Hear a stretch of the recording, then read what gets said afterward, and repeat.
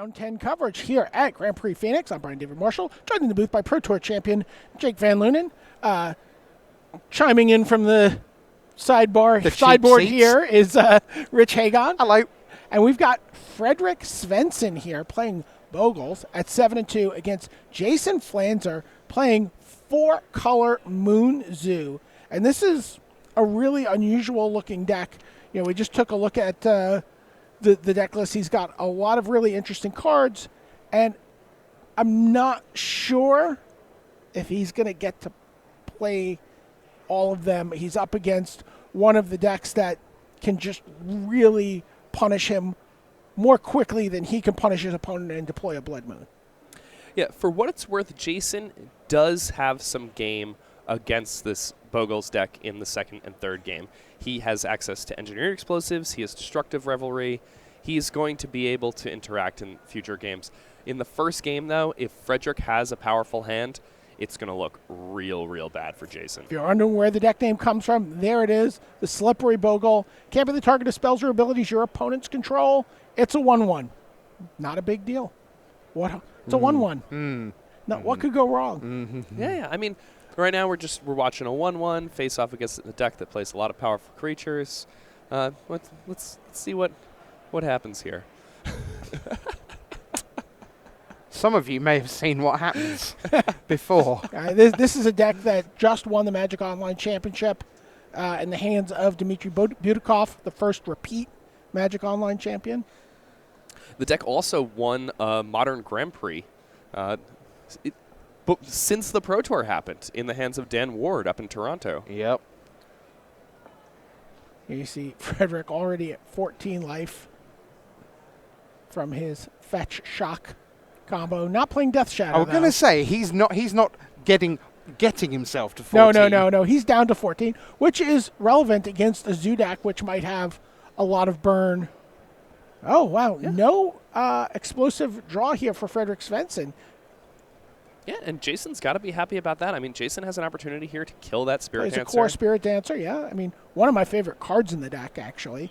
I love playing with this card. I mean, I love what we call Enchantress effects, where whenever you play an enchantment, in this case very specifically an aura spell, you draw a card. But the Spirit Dancer also gets very big for each aura.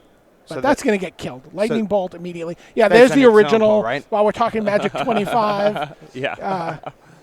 Or to Victorian Enchantress. There we are. Oh, yes. Beautiful. The original. I think Argothian is the one that everybody loves the most, though, for what it's worth. No. Everyone here is shaking their head no. Aw. So now we're underway. Yeah, and now a second core Spirit Dancer comes down. And that's Spider Umbra? Yes, Spider Umbra draw a card for Fredrik Svensson. And that's kind of interesting. Does not chooses not to put it on the Slippery Bogle. And this is actually really wise of Fredrik. Those of you watching may say, oh, well, isn't he kind of opening himself up to get pathed here? But maybe he has knowledge of his opponent's deck from some point earlier in the tournament, or he knows his opponent, because Jason does not have Path Exile in his main deck. And with that core Spirit Dancer now having 5 toughness, it means that Jason basically has no way to get it off the table. Even if he's able to aim 2 burn spells at that, it's just going to make that Spider Umbra fall off. So suddenly this core Spirit Dancer is going to stick around forever, and it gives Fredrik a card draw engine. It gives him a massive threat. It's just going to be nearly impossible for Jason to fight his way through that card here. And so now he can pile all his successive Umbras on the Bogle, draw cards, and not have to worry about his Spirit Dancer getting killed. Yeah, and Jason Flanzer here, I think his best plan of attack now is no longer attempting to interact with what Fredrik's trying to do, but attempt to race as aggressively as he possibly can. So here, if he can play a Mantis Rider, I think he should. Yes, you may say, oh, well, he has a Forest in play. How could he cast a Mantis Rider? But he has a Manamorphose in his hand, so entirely possible. Something that could actually happen. But I think that's what we're going to see here. Manamorphose. That's sweet. He's going to put blue and red into his pool, draw a card.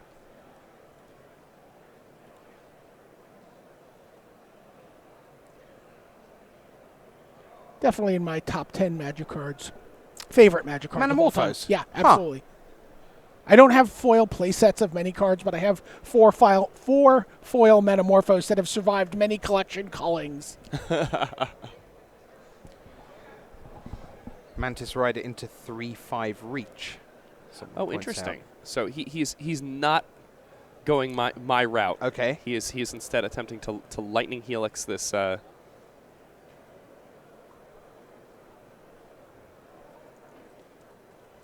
Lightning Helix, okay. Flanzer back up to 20. He Lightning Helix Fredrik. Oh, okay. So he, I guess, is thinking that Fredrik may have some sort of rule spell. Oh, I'm sorry. This is a huge mistake on my part. So the Spider Umbra, which is on this Core Spirit Dancer, gives Core Spirit Dancer reach. Yeah, that's what they're saying. And that was there you go. An error on my part. I was thinking, oh, it doesn't fly. Why is he not playing the Mantis Rider to attack? Yeah, so Jason agreeing that he needs to turn this into a race, but correctly assessing the situation and realizing that if he attacks with a Mantis Rider, it's just going to get eaten by a 3/5. Well, here's Ethereal Armor. Draw a card. And that is going to make... Yep. Oh, and now, is that an Armadillo Cloak? It is. Unflinching Courage. Unflinching Courage, yes. The newest Armadillo Cloak. Yeah, and Jason Flanzer is like, zoo's closed. The zoo is closed. Yes. All right, so there we are. You see the two players, Fredrik Svensson and Jason Flanzer. After this match is done, which hopefully will be a little more competitive in game number 2 and maybe even 3, we'll head across town to White-Black Gideon Superfriends in the hands of Daniel Brouillet.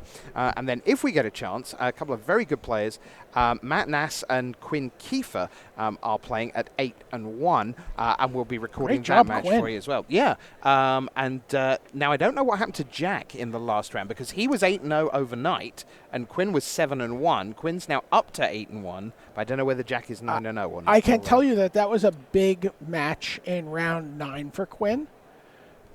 You know, obviously going 7-1 to 8-1, always a big deal, but he beat Corey Baumeister last round, and he has never beaten Corey Baumeister in a sanctioned match of Magic in his life. He's played against him a lot. This is the first time he has beaten him. Yeah. And this is and Corey is really a Grand Prix end boss right now. Yeah. And for Quinn, who is just, looking to sort of just continue to rack up those achievements as he works his way towards the Pro Tour and towards, what he sees as an opportunity to become the youngest player to top 8 a Pro Tour. It's all about just getting these things crossed off your list. And he really wanted to defeat Corey. Not any kind of hostility. He's like, I just want to beat him. So great job, Quinn.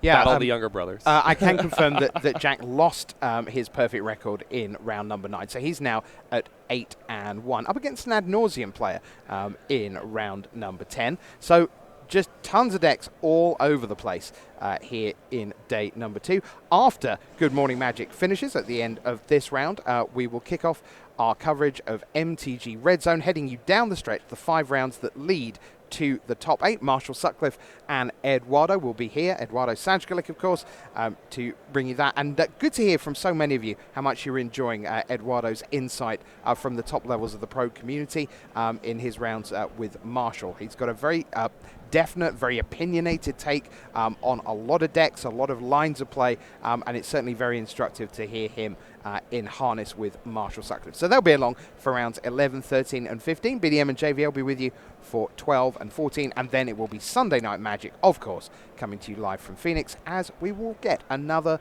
Grand Prix Modern champion. But here is game number 2 of Bogles against 4-Color Moonzoo in the company of Brian David Marshall and Jacob Van Lunen. Thanks, Rich. Jason, by the way, he's a local player from Phoenix. He's a game designer and a restaurateur, so I feel a real affinity towards him.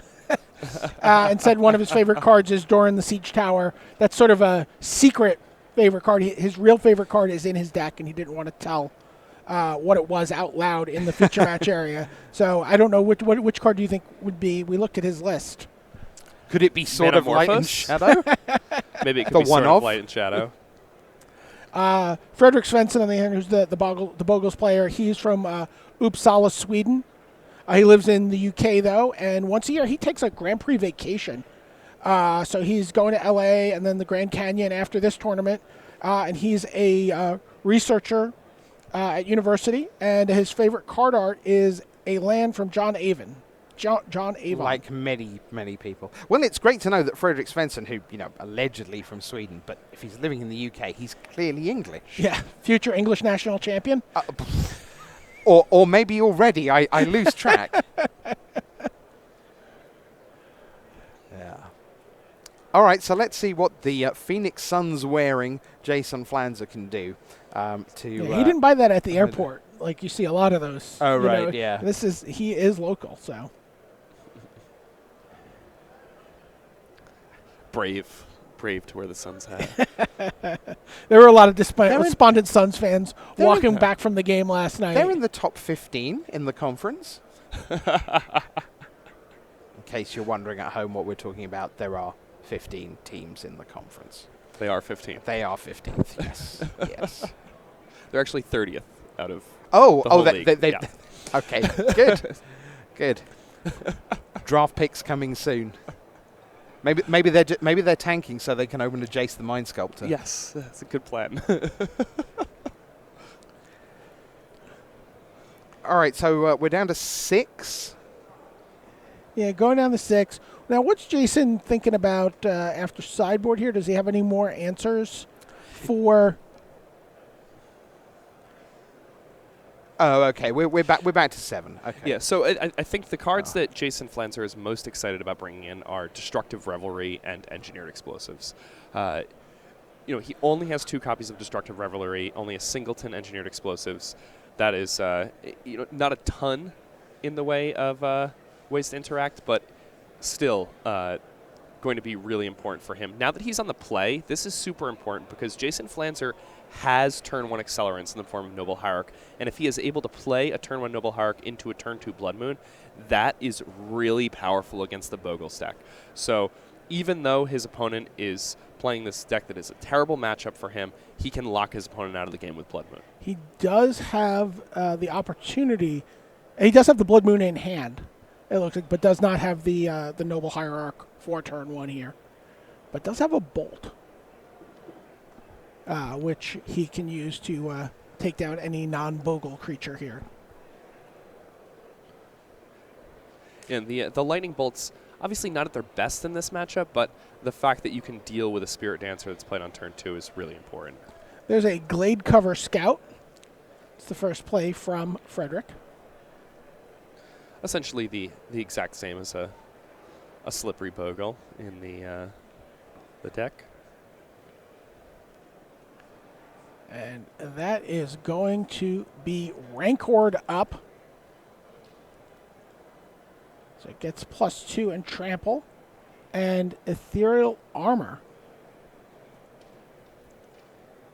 So that's another 2 points of power going on to the Glade Cover Scout. And the first strike, too. And here, Jason Flanzer, he can use that Destructive Revelry to deal with the Ethereal Armor here. Something he probably wants to do.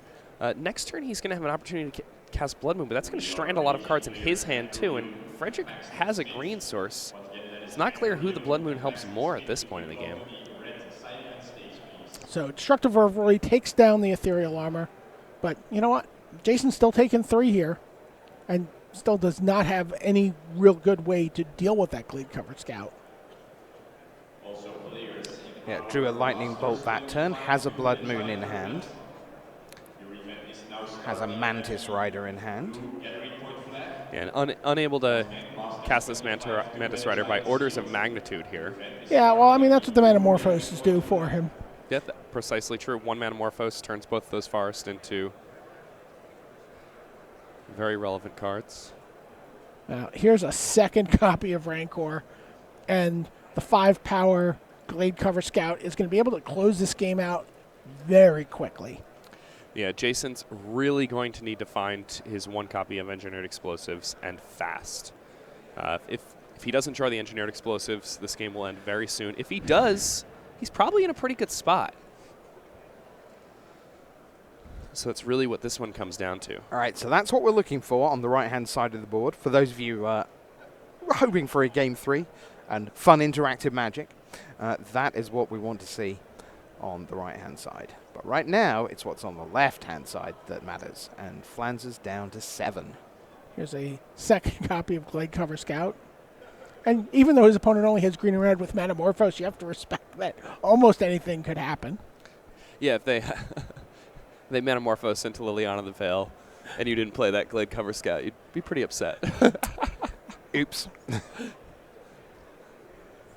But yeah, and as you said earlier, Jake, there are cards just stranded in Jason Flanzer's hand here, both by the hexproof of the Glade Cover Scout and by his own Blood Moon.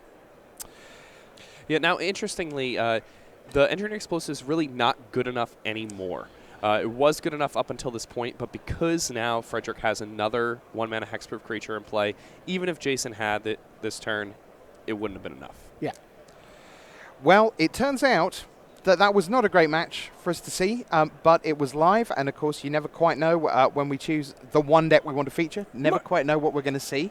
I believe Maria somewhere right now disagrees with you that it was not a great match. Maria Bartholdi, I'm sure had, I'm sure Maria had a lovely 16 minutes there, watching Bogles utterly destroy the 4-color moon deck that was able to do basically nothing. But there it is. That is our live match done. That's why we record matches. That's why Time Walk is coming your way. And when we come back after the break, we're going to take a look at Gideon Super Friends, where it'll be Gideon, then Gideon, then maybe an Obnixilis, then maybe a Sorin, then some Gideon, then some Gideon. Or Get on with it. Come on. Or maybe it'll be a Glade Cover Scout. Again, it's not. They're not playing Bogles. All right, so we'll see you after the break for more action from round number 10.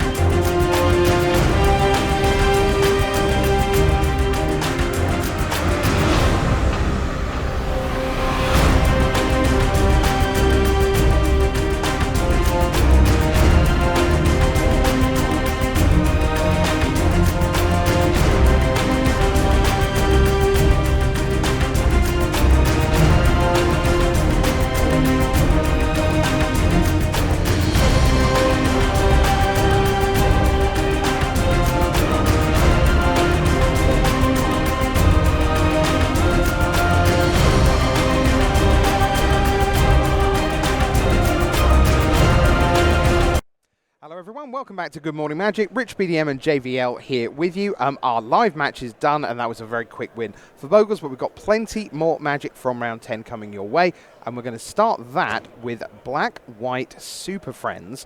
And here is the list. And yes, it's... Oh, no, let's not do that. There we are. Let's get a good look at the deck. So here we are, BDM, JVL. So, Jake, just looking through this list, I mean, we see Gideon and Gideon and Gideon here. Just keeps going. But a couple cards that really leap out to me that are not Gideons. Vault of the Archangel. Really exciting card with Bitter Blossom. And Bantu's Last Reckoning is not a card we haven't even seen show up in Standard, but here it is in Modern. What do you make of this Gideon Super Friends deck? So Bantu's Last Reckoning works in a deck like this primarily because of how many Planeswalkers you're playing. So even though you don't get an untap step, you still get a turn. A lot of the time, your turns when you're playing this deck don't really involve casting spells or doing things with your mana. They just involve activating a bunch of Planeswalkers. And when you cast Bantu's Last Reckoning, you may not untap, but on the next turn, you can still activate your Planeswalker. It's not quite as big of a drawback as it might be for other decks. Why the split of 3 different Wrath effects? 1 Bantu's Last Reckoning, 1 Damnation, 1 Day of Judgment. And 2 Wrath of God. Oh, and 2 Wrath of God. So we've got 4 different types of Wraths in the deck. So just in general, if an opponent happens to be playing a deck like Humans, where they have a card like Meddling Mage, if you're playing all of the same type of Wrath effect, then your opponent could play a Meddling Mage and prevent you from doing that to them. If you're playing all these different cards, it makes that a lot harder. The Wrath of Gods are especially good in this deck because of a card that we see down there on the bottom called Gideon of the Trials. Gideon of the Trials forces your opponent to overcommit into cards like Wrath of God. You use Gideon of the Trials, you +1 it, targeting their only threat. That threat doesn't deal damage. It forces the opponent to play more threats onto the board, and then conveniently, on curve, right after 3, you play Wrath of God, Damnation, Day of Judgment, whatever it is, and suddenly your opponent loses multiple cards to that, and you get to untap with a Planeswalker in play, and it becomes very hard for them to win. Absolutely. Now, this is not a deck that would be possible without the change in the Planeswalker uniqueness rule. That's absolutely true. And, normally a deck like this that's so fair, it looks like, wow, this deck crushes creature decks, but what would they ever do against a combo opponent? The fact that Gideon of the Trials creates that emblem so quickly that says you cannot lose the game as long as you have a Gideon Planeswalker in play, this means that you can just play a bunch of Gideons after playing that Gideon of the Trials and making an emblem, and your opponent, if they're playing a combo strategy, will likely not have a way to get multiple Gideons off of the table, and will just lose the game. So in terms of the flow of this game in a proactive sense, maybe you're looking at a Disruption on 1, Inquisition or Thoughtseize, maybe one of the copies of Bitter Blossom on 2, and then you're into Planeswalker mode. Gideon Trials would be perfect for 3, Gideon Ally of Zendikar on 4, Gideon Jura on 5, and you can top it all off with Sorin Grim Nemesis on 6. Now, we've seen how this deck looks. Mm-hmm. Now, is Daniel playing against Andrew Sullano this round? I believe that is the case. Because Andrew Sullano has a deck that Jake is going to be very excited about. I'm just going to mention a little card here to you, Jake. Shaman of the Pack. Oh my goodness, yes. Okay, so I've been playing a ton of Jund Elves. Is this Jund Elves or is it just green-black? I believe this one is just green-black. It's just green-black. That's okay. That's okay. You don't mind that, okay. I don't mind. So Yeah. Jake's excited for this. Why don't we head down and see what happened in our Time Walk match here in round number 10. All right, welcome to Time Walk at coverage of round 10 here at Grand Prix Phoenix. I'm Brian David Marshall, joined in the booth by Jake Van Lunen, and along with us for the ride, Rich Hagon. Hello. Daniel Brouillet is playing White-Black Gideon Super Friends, and he is playing against Andrew Solano's Elves deck. Now, a lot of Wraths in Daniel's deck. How does the Elves deck deal with playing against this crazy Planeswalker deck? So a scenario in which I could envision Andrew winning involves a collected company happening on Daniel's end step, or Daniel just having a terrible draw. In a realistic world, Daniel is going to demolish Andrew here. Daniel's deck is full of Wrath of God effects, and Andrew's whole plan is to dump his hand as quickly as possible and play a whole bunch of inexpensive creatures. So Elvish Archdruid on turn 2 off of Elvish Mystic for Andrew Sullano. Now a Inquisition of Kozilek for Daniel, and that takes out. Trying to see what that card was. It was a Dwinnen's Elite. Dwinnen's Elite. Thank you. Yeah. Now, Andrew's hand is explosive. All right. He's on the next turn. He'll be able to cast an Elvish Visionary. Yeah, draw a card. Yeah, that'll draw him a card. It'll refund half of its mana cost thanks to the Elvish Archdruid.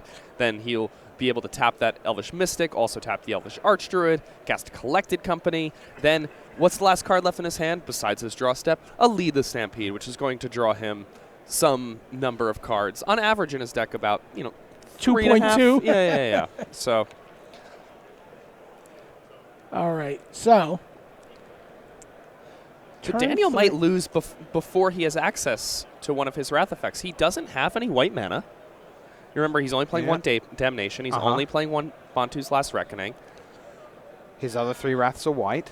That's correct. And not only are they white, but they require double white. So Daniel could just lose here on the 4th turn. And now what I expect to happen. What would a 4th turn loss to an Elves deck look like? How would Andrew go from this position to his a board is position? going to explode this turn. He's going to play this Elvish Visionary. Then now that he played that Elvish Visionary, he is going to... We'll see Collected Company get cast, I assume. Yeah, and I mean, if he has another 1-drop elf, he could play the other 1-drop elf here. If even has a 2-drop elf, he can play the 2-drop elf before he taps the Elvish Archdruid for mana. Then he'll cast the Company. All right, he's going to pass the turn. So he's just going to Company... There is a Wrath of God, but it's a cruel god, right? Because it hasn't provided Daniel with any white mana. Yeah. Yeah, Andrew here could have attacked for 1 with that Elvish Mystic. Perhaps wanted to protect his life total a little bit there. Here is Collected Company. So he's going to look at the top 6 cards in his library. Gets to put 2 creatures. There's an Azuri Renegade Leader. And there's another Elvish Archdruid. There's some ridiculous amount of mana here that Daniel's able to make. And we're going to see a Fatal Push. So Field of Ruin looks like he's Field going of Ruin. Yeah, the Field of Ruin is going to turn on the Fatal Push so that it's able to deal with a card like Azuri and or Elvish Archdruid here. Because if the Field of Ruin had not gone to the graveyard, then Fatal Push would only be able to deal with something like an Elvish Mystic or an Elvish Visionary, and those cards aren't relevant enough for Daniel to really be pushing his way through them. And here you see Andrew taps his Horizon Canopy for mana before it goes away. Gets a forest. And now there's a swamp for Daniel, who is going to be able to Fatal Push one of those. He has to deal with the Azuri here. Yeah, and in addition to having to deal with the Because Azuri Azuri... is going to basically be able to create an overrun effect for all of Andrew's Elves. Yeah, and also, in addition to that, even if that weren't the case, Azuri could regenerate any other elf that he might target with that Fatal Push. He already has a green in pool. He has another forest in the battlefields. Don in chat points out that right now, Andrew Sullano still really has no idea what he's facing. Oh, yeah, he has absolutely no idea. He doesn't even know that white is in Daniel's deck at this point. And Daniel was really hoping to fix his mana with that Field of Ruin, find himself a Plains, and unfortunately he recognized the writing on the wall that he was just going to lose the game on the following turn if he didn't deal with that Azuri. So, by the way, it's turn 4 and Andrew Sullano has 12 mana available to him before he plays a land. And I mean here, depending on what's in his hand, it looks like he has... He has another Collected Company. He has a Lead the Stampede. Oh, no, he doesn't have another Collected Company. He has a Lead the Stampede. So he's going to tap an Elvish Archdruid for 4 mana. And the reason he's tapping the Elvish Archdruid, even though it has the potential to create more mana in the future, is because he wants access to the black mana that is created by that Gilt Leaf Palace in case he draws a card like Shaman of the Pack. And look at this. He draws 4 cards with Lead the Stampede. Yeah, and not an 4 unusual turn of cards. events. Remind me, this Andrew Sullano Elves deck was the deck we chose to feature this round, right?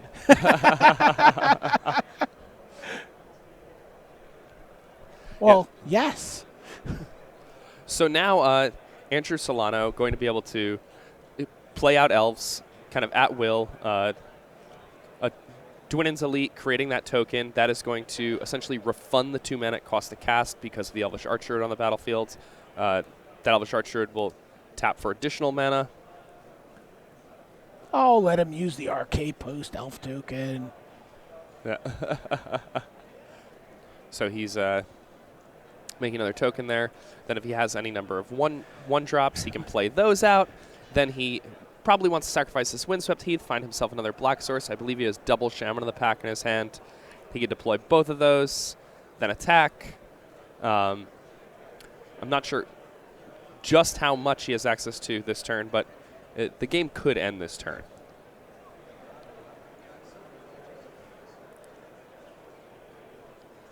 So you see him counting up. That's 7 elves. Yeah, So gets to put 7 mana in his mana pool here. Yeah, and I think this is lethal here. So he's adding 7. He's going to cast 1 Shaman of the Pack. It's going to deal 8 damage, put Daniel down to 12. The next one's going to do 9 damage, put Daniel down to 3. Then he's attacking for 6 with the Mystic and the Visionary, and that's a turn 4 win. So Wow. And this elf deck can win on the 3rd turn. It's capable of doing that. It's not unreasonable. So There's a second Shaman of the Pack. And then it says, okay, and then these guys are going to attack here. It's Pro Tour Berlin 2008, isn't it, really? Deary me. All right, well, we've sort of got past, we've mopped up the blood from game number 1. Daniel's had a few minutes to recover, and we're straight into game number 2. So here we go. And look at that. He's White and black mana. White and black mana. My word. Shambling Vent to lead things off for Daniel. Drew's like, what is going on? Yeah, he saw only black mana sources in game 1. So he really was not sure what was up. And here we see, is that Nettle Sentinel? Yeah, and turn 1 Nettle Sentinel leads to the most powerful draws from Elves. We heard Rich mention Berlin 2008, and Nettle Sentinel was a big piece of that puzzle. So we may see some of the other combo pieces here, maybe a Heritage Druid. Yeah. Heritage Druid alongside Nettle Sentinel able to produce a lot of mana very quickly. Nettle Sentinel gets in for 2 here. Now it doesn't untap unless Ta-da. you play, and there you see he remembers his trigger. Elvish Visionary, untap Nettle Sentinel, draw a card. So a little bit more of a fair draw here, actually, from Andrew Sullano. And when you have a turn 1 Nettle Sentinel, a turn 2 Heritage Druid can lead to some very, very exciting draws. But when you don't have access to that Heritage Druid, it means that you're operating with one of the more fair draws that the Elf deck has. So you see a handful of Planeswalkers for Daniel, but he also has the Wrath of God, Fatal Push, and crucially a 4th land here. And Daniel, with that Marsh Flats on the battlefield here, will be able to use Fatal Push to deal with something like an Elvish Archdruid or an Azuri that Andrew Sullano could cast for 3 mana. So now that Andrew has seen this white, is he thinking about Damnation? Is he thinking about Wrath of God? Absolutely. If you have a decent amount of experience with this elf deck, you know. Ooh, oh boy. Okay, hold on, there's a a Heritage Druid. So now he gets to tap All those 3 3. elves to make 3 mana. Green. Yeah, and now when he casts green spells, that also untaps the Nettle Sentinel, so he actually will generate mana. And so if he plays, when let's he's say, a casting Dwinen's Elite here, yes. that would put 2 elves into play. It would untap the Nettle Sentinel, and then he could tap those 3 elves for 3 more mana. Correct. So the Dwinen's my Elite would God. actually cost -1 mana in this scenario. What a beating.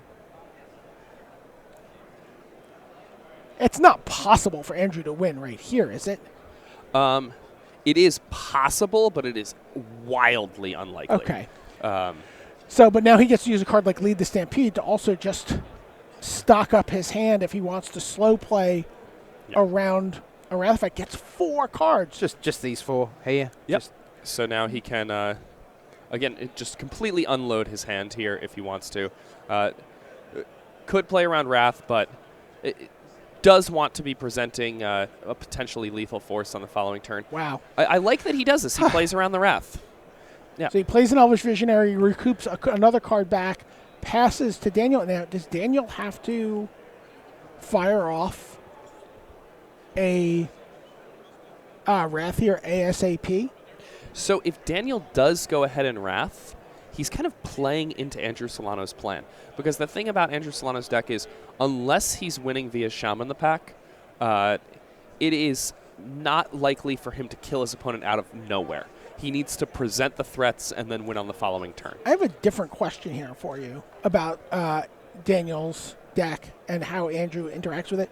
What does Andrew do about a Gideon emblem? Oh, he attacks Gideons. Okay. That's his plan. Which is very reasonable for him. His attacks are real big. But it certainly will buy Daniel a full turn. Just checking, Jake. You described Andrew Sullano offering up the 4-for-1, 4 creatures for 1 Wrath of God as playing around Wrath. That doesn't happen very often. Well, he didn't give him the 8 for 1. Well, exactly. Yeah, I know. Which he could have. And it's also worth noting that the Elvish Visionaries replace themselves. So here, when the Wrath happens, he's really only losing 2 cards to the Wrath. For sure. And he just paid 3 mana to draw 4 cards. So when all is said and done, he's still up 2 cards in this full exchange. Right.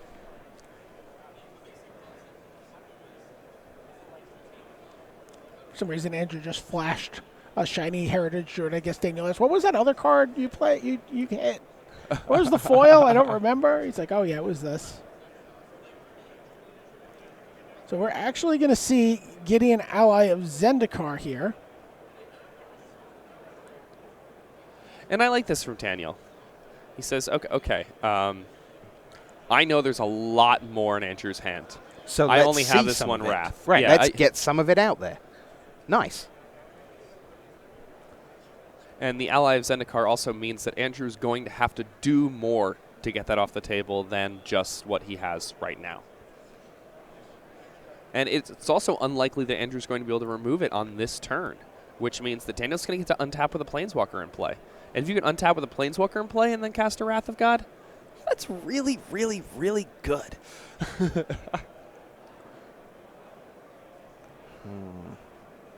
All right, so tap 3 Elves to make GGG.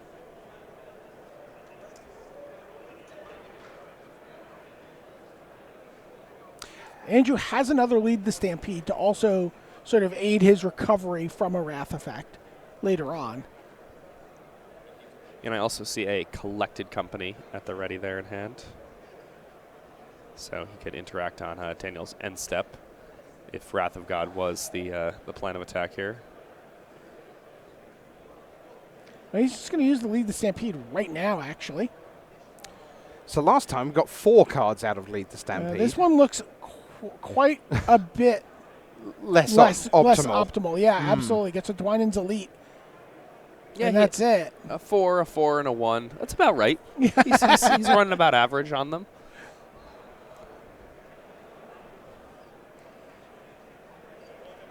Yeah, Lead the Stampede is a card that when it does what you want it to do, it is unbelievable. But it does have a fail rate. It is non-zero. You see Andrew doing some math. This is clearly someone who has played a lot of Elves. He's doing those very quick calculations, moving his hand across the table abacus.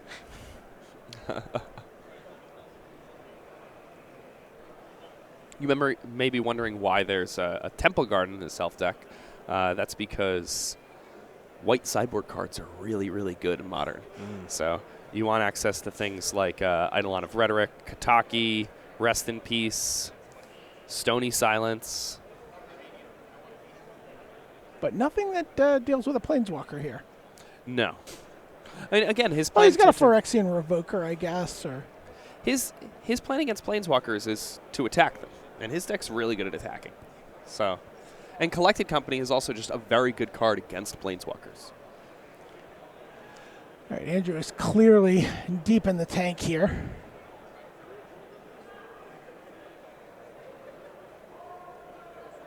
And is he going to commit a second Heritage Druid to the board here? Is he going to commit anything to the board here? Imagine he will. Yeah, okay, he does play a land. Reveals the Dwynen's Elite. So it comes into play untapped.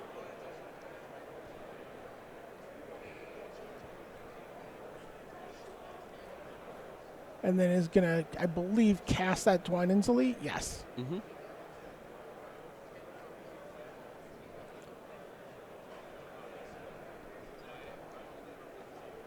Okay. Now makes 3 green mana. Or not. Yeah, it can make this 3 mana, then could do something like play an Archdruid, untap the Nettle Sentinel, make He is- another 3 mana if he wants to. He's going to play the Archdruid. So now we are playing into the Wrath here. Yes, we are now playing into the Wrath. He still has a bunch of cards in his hand, though.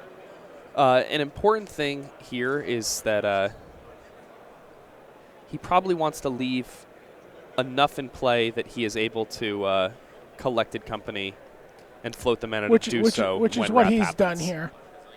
Yeah, I'm surprised he played that Mystic there, but Oh, boy. oh Thoughtseize. wow, an incredible Thoughtseize here. Is well timed. And this, I mean, you're going to fire off this Collected Company right now. It's got 1, 2, 3, 4, 5, I mean, if 6, the Collected 7, 8. Company hits If double he hits Shaman double attack, Shaman, the he game's wins. over. Yeah, he wins if that happens. So there's 1. There's 2. Yep. The game's game ends. over. Unbelievable. Wow, incredible. Because Daniel can't respond. Oh, I guess he can respond with the triggers on the stack. Wow. That doesn't matter. It's still Wow. more than 15. Double Shaman in the back. Incredible. He was going to Thoughtseize Amazing. and Wrath, and he hits double Shaman of the Pack off of his Collected Company to just fireball his opponent out of nowhere. Yep. So we talked about 4 different Wrath effects in the deck at the start. In game 1, he couldn't cast any of them because he didn't have the white mana. And in game 2, he went, not casting it now, not casting it now, I'm dead. Yeah. It was pretty incredible stuff. I mean, Well, I mean, by God. not he could have cast it on turn 4, Yeah. but chose to play. and I we think like. correctly. Chose You to like play the that. Gideon Yeah. and get his opponent to commit more to the board. His opponent did commit more to the board, and then he had the perfect setup. I will Thoughtseize your Collected Company, and then I will Wrath on turn 5, which is a perfectly reasonable turn sequence. Yeah, and I mean, his opponent had to hit double Shaman. And they did. I've played a lot of this Elves deck. It's a really powerful strategy. I would not want to play against that black-white deck. But the thing about the Elf deck is that it's powerful enough to beat anything. All right, now, still going is Matt Nass and Quinn Kiefer. We're going to go back to game number 2 of this one for you in just a couple of moments. So here are deck lists for here. Matt Nass. He's playing the Croc Clan Ironworks combo deck that we okay, saw with Sam yesterday Pardy. in the hands of Sam Pardy. Matt Nass and Sam worked on this deck together. Seen some versions online and have, this is where they ended up tuning it to. And, we're both very happy with it, and a lot of people had gotten off to a very good start with the deck yesterday for them. We picked things up with Matt up a game over Quinn Kiefer. Quinn playing one of the most exciting decks from the last Pro Tour, and that is the Hollow One deck that we saw make the top 8 at Pro Tour Rivals of Ixalan. And so what's the Hollow One deck trying to do, Jake, if people haven't seen this deck yet somehow? Okay, so Hollow One is a card that it's a 5 mana 4/4, but it costs 2 less mana to cast for each card you've discarded. So you play cards like Street Wraith that let you discard for free. You play Faithless Lootings. You play Goblin Lores. You play Burning Inquiries. And in an ideal world, We're going to see a Goblin Lore here right now. yeah, you see a pile of Hollow Ones in play very early in the game. Once those Hollow Ones are in play, you can use that 4-power creature to put Flamewake Phoenixes back on the battlefield. And this is a deck that is very explosive. So Goblin Lore, draw 4 cards, put them into your hand, then discard 3 cards at random from your hand. So Quinn does a Hollow One check. Did I draw any Hollow Ones? Nope. Let's go. Meanwhile, Matt Nass has played a Terrarian on turn 1. It just seems like a big disparity in velocity here. Or is that not? I think that's Terrarian. Yeah. Okay. Yeah, so Quinn, important to note, he does have an Ancient Grudge in hand, from the looks of it. So now Matt Nass going off. He's got the Mox Opal. He's got the Chromatic Star. He's got the Ancient Stirrings that lets him dig. Yeah, Ancient Grudge, you would think it would be very strong against this deck that's a pile of artifacts. And but finds himself a Scrap Trawler, it looked like. Yeah, and that's a nice one. Plays a second land. And that's a land that will let him get an artifact back from his graveyard if perhaps an Ancient Grudge enters into the mix at some point. Thoughtseize here from Quinn Kiefer. Sees a Wormcoil Engine, sees another Mox, sees the Scrap Trawler. Let's get that Scrap Trawler out of there, or... So it's an interesting situation because Scrap Trawler, obviously a key combo piece for Matt Nass, but I really like Matt Nass's sideboard plan here. He thinks to himself, oh, well, my opponent's going to prevent me from comboing. I'm just going to play a Wormcoil Engine because some decks just can't beat a Wormcoil Engine. Hollow one of those decks that can't beat a Wormcoil Engine. But Quinn does get rid of the Scrap Trawler. And I believe these Thoughtseizes that we're seeing from Quinn, that's his sideboard plan. Here, 4 Thoughtseizes in out of the board, and now he gets the Wormcoil Engine as well with a second copy of Thoughtseize. Yeah, these Hollow 1 decks need a way to fight against other combo strategies, and bringing in 4 Thoughtseize is a really, really effective game plan to just slow down opponents who are trying to win the game in some sort of unfair way that requires very specific cards.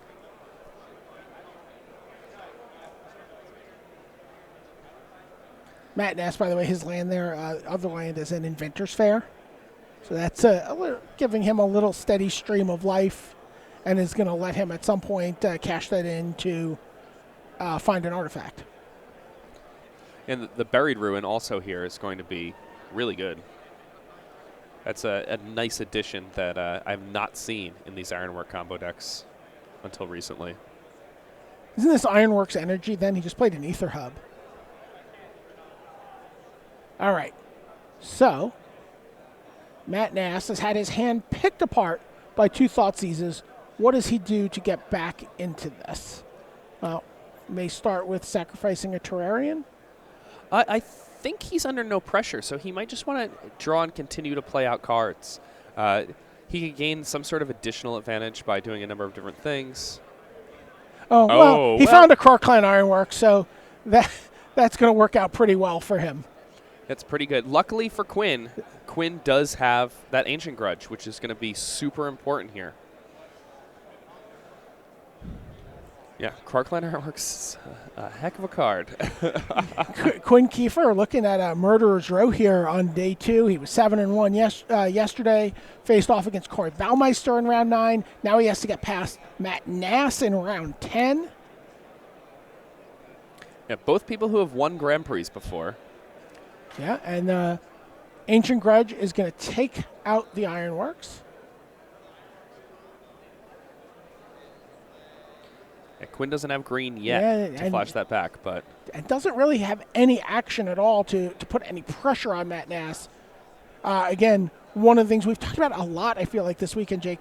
You bring in something like 4 copies of Thoughtseize to fight your opponent, and that is 1 slot in your deck. I think of a deck as 15 4-card slots. That's one just whole chamber of what your deck does that it's no longer available to it.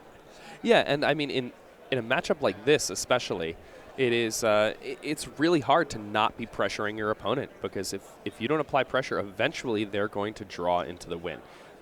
You really need to be aggressive in addition to being disruptive if you want to beat a deck like Ironworks combo. However, important to note, Quinn Kiefer has Leyline of the Void in his sideboard. Ooh. And that is the type of reactive card that will usually just shut down the combo part of the Ironworks deck. So you see Matt Nass cashing in a Chromatic Star, plays an Ichor Wellspring, and a Mind Stone.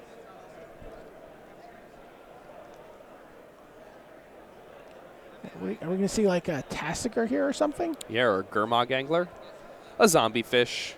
You know, you're run-of-the-mill zombie fish. So this is a, definitely a very different game after sideboard here for Quinn. Oh, no, he has those main. Oh, yeah. The Gurmag Anglers are just excellent threats in this deck because it's really easy to cast Gurmag Angler as early as, the third turn, sometimes even the second turn if you have a really good draw. And you only have to pay 1 or 2 mana for a 5/5. And they turn on your Flamewake Phoenixes. They're just By the way, cards, the Goblin told a story of Leyline of the Void. Oh, it found a Leyline for him? Yes, there is a Leyline of the Void in hand for Quinn Kiefer. He has to give a turn back to Matt Nass here before he can play it.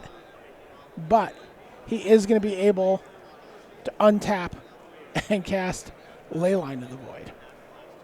Fitting for the city we're in, Flamewake Phoenix getting triggered, coming in. The zombie fish allows that Phoenix to come out of the graveyard and start attacking right away. Matt Nass does not know, but there is a Leyline of the Void about to join the fray on the following turn. If he does not leave up that Buried Ruin and give himself the opportunity to return that Wormcoil Engine back to his hand, he is going to be in a lot of trouble. It's the Wormcoil Engine that he needs here. That's true, and it may surprise some people, but he's not comboing. He's got to win the old-fashioned way. But he did pass the turn. Oh, and there is a green source for Quinn Kiefer. By the way, now has a clock with the Gurmag Angler and the Flamewake Phoenix. And he is going to cast Leyline of the Void. Yeah, so Matt's going to have to use his Buried Ruin here. Probably going to want to get back the Wormcoil Engine. Oh, by the way, also a Bloodghast coming into play for Quinn Kiefer. Wow. Oh, instead it looks like Matt Nass might be looking for some sort of answer. Matt Nass might have brought in some sort of answer to a card like Leyline of the Void. And he may want to use this opportunity to try to find it. He does have 4 Nature's Claims in his sideboard. Yeah, and it's worth noting Nature's Claim, also positively interacting with something like a Hollowed One may have prompted him to have brought in that card.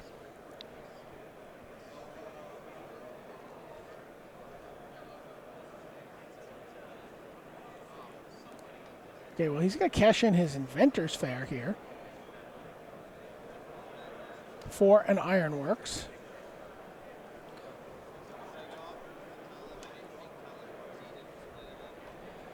Interesting line here.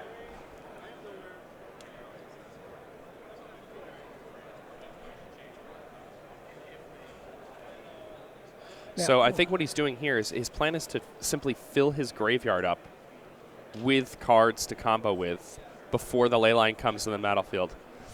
Because if he's able to have a graveyard with all the things that he'll be able to get, with all the tools that he needs in it, then he may be able to combo even though the Leyline of Void is in play. Although it's really hard because you can't create the loop. Right. Like, this just means that he has those in his graveyard and can return them once with Scrap Trawler. He's not looping anything here. I can tell you that the last match of this round is in, so we are going to blister our way through at the end of this second game because we want to see what happens in this one, and then we will get out of here and get ready for Marshall and Eduardo, who will kick off Red Zone in just a few minutes. But meanwhile, let's see how Game 2 resolves. Okay, so Matt has gotten a Crocklane Ironworks into play. He's going to sacrifice the Scrap Trawler. And that is, again, Leyline doesn't deal with the cards that are already in Matt's graveyard. So, but Quinn is going to flash back Ancient Grudge on the Ironworks in response. And we see Matt Nass digging. And he is going to get back a Wormcoil Engine. So there you go. Yep. He does end up with a Wormcoil Engine play and is going to be able to cast Ancient Stirrings to look for something else. Finds a Scrap Trawler. So Matt Nass trying to find a way here. And Wormcoil Engine is a way.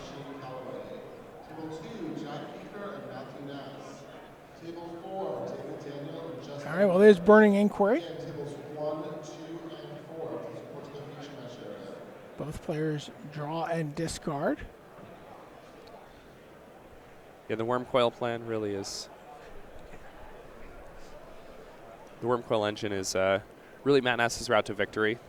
We talked about it before that, with these ley lines in Quinn's sideboard, it's going to be really hard for Matt to combo. There's a second Gurmag Angler. Remember, that Bloodghast cannot block. And there's...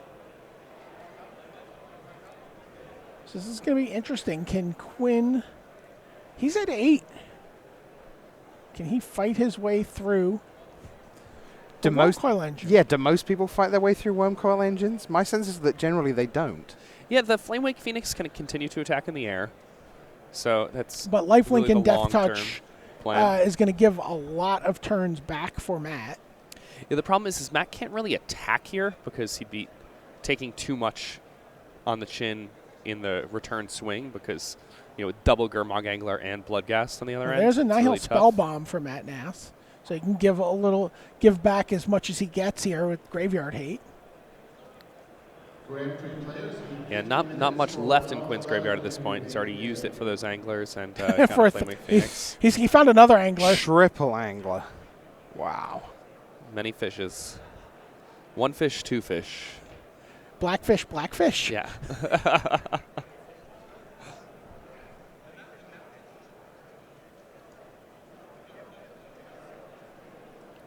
And now another artifact removal spell would give Quinn victory because he'd be able to attack with everything and then kill the Worm Coil engine after blocks have been declared. But before any life can be gained. Mm-hmm. So you see him digging. Yep, and everybody comes in. Matt's at 8. Yeah, and that's going to be it. Now, bad news, good news. Bad news for Kiefer fans is that Matt Nass goes on to win Game 3. So Matt Nass, therefore, goes up to 9 wins. Good news for Kiefer fans, there's more than one brother. And in the next round, Jack Kiefer is up against Matt Nass. Different deck. The Kiefers are on completely different decks. So, can Jack get the revenge match on Matt Nass? We'll find out. They're going to be one of our Time Warp matches in round 11. But for now, that's the end of Good Morning Magic. Jake, BDM, me, Rich Hagan, saying thanks for being with us. And coming up, it's MTG Red Zone. Take care.